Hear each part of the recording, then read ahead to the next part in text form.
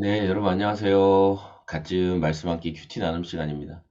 네, 오늘 말씀은 마가복음 3장 20절에서 35절까지 말씀이고요.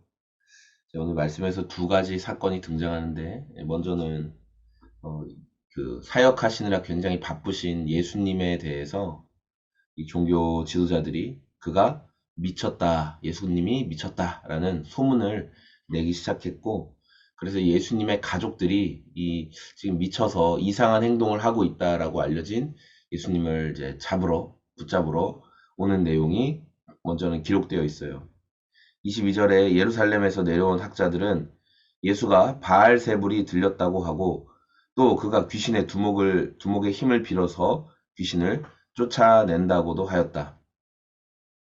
그러니까 예수님이 기적을 행하고 놀라운 일을 행하시니까 이제 예수님에 대해서 비난을 하는 거죠. 그러면서 예수가 하는 일은 귀신을 힘입어서 하는 거다. 이제 이렇게 이야기를 했던 거예요.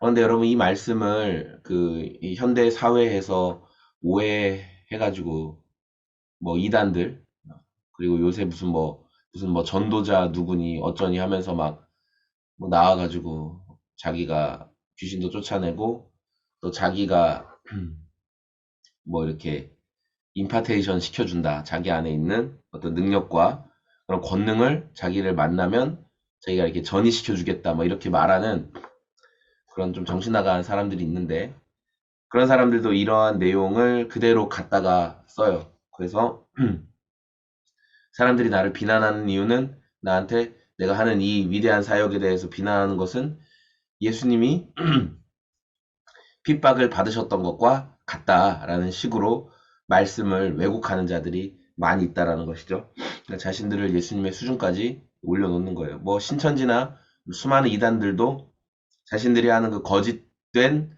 그 전파 행위를 정당화시키기 위해서 이 말씀을 이용해서 네, 우리가 하는 것들이 이렇게 비난받는 것이 정말 예수님이 하셨던 것과 같다라는 식으로 말씀을 잘못 사용하는 경우가 참 많이 있습니다.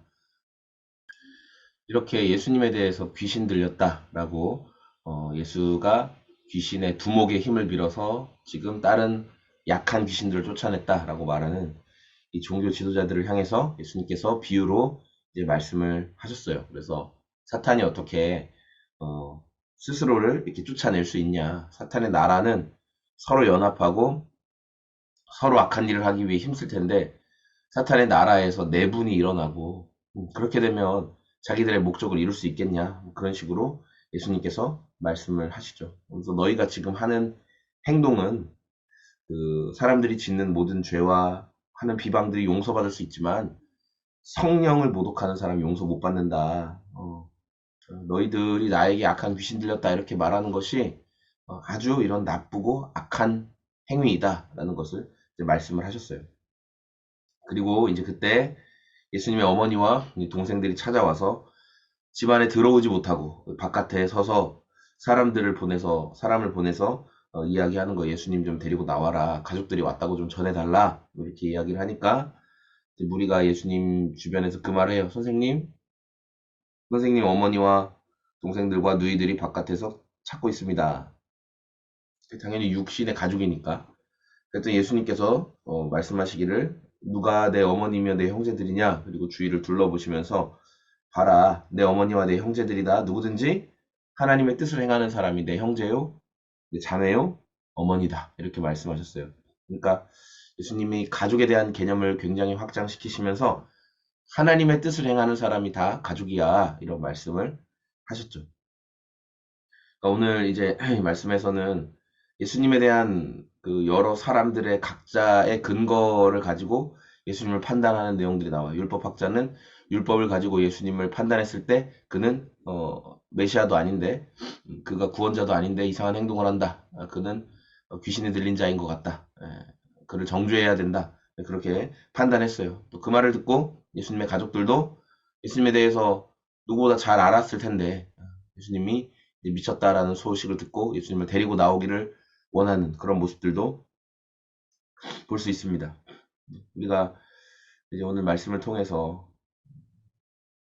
그러니까 뭐에 대해서 알고 있는 것, 예수님에 대해서 알고 있는 것, 뭐 율법에 대해서 알고 있는 것, 이렇게 뭐에 대해서 대단히 많이 알고 있는 것, 그것을 뛰어넘어서 사실은 그것을 사는 것, 이게 굉장히 중요하고 그 사이가 큰 차이가 있다라는 것을 오늘 말씀을 통해 보게 되는 것 같아요.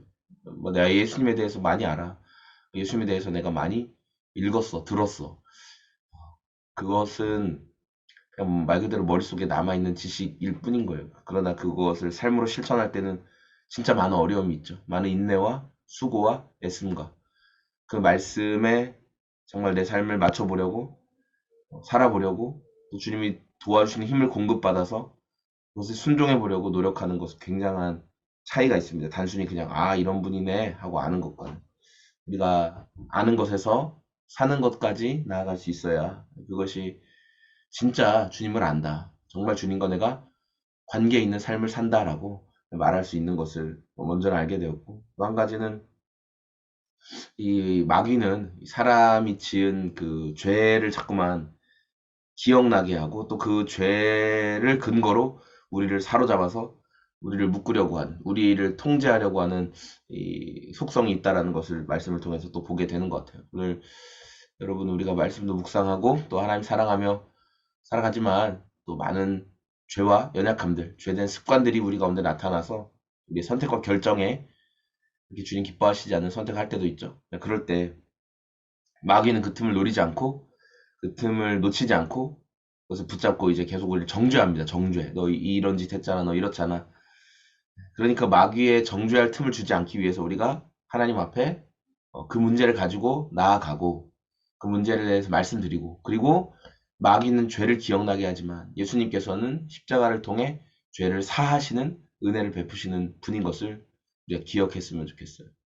오늘 그 예수님에 대해서 우리가 아는 것과 사는 것, 이 차이를 분명히 알고 우리가 예수님을 알고 살아내는 예수님의 말씀대로 살아내는 그런 삶이 다 되시기를 소망합니다. 고맙습니다. 오늘도 주님과 동행하는 하루 되시기를 원합니다. 감사합니다. 안녕히 계세요.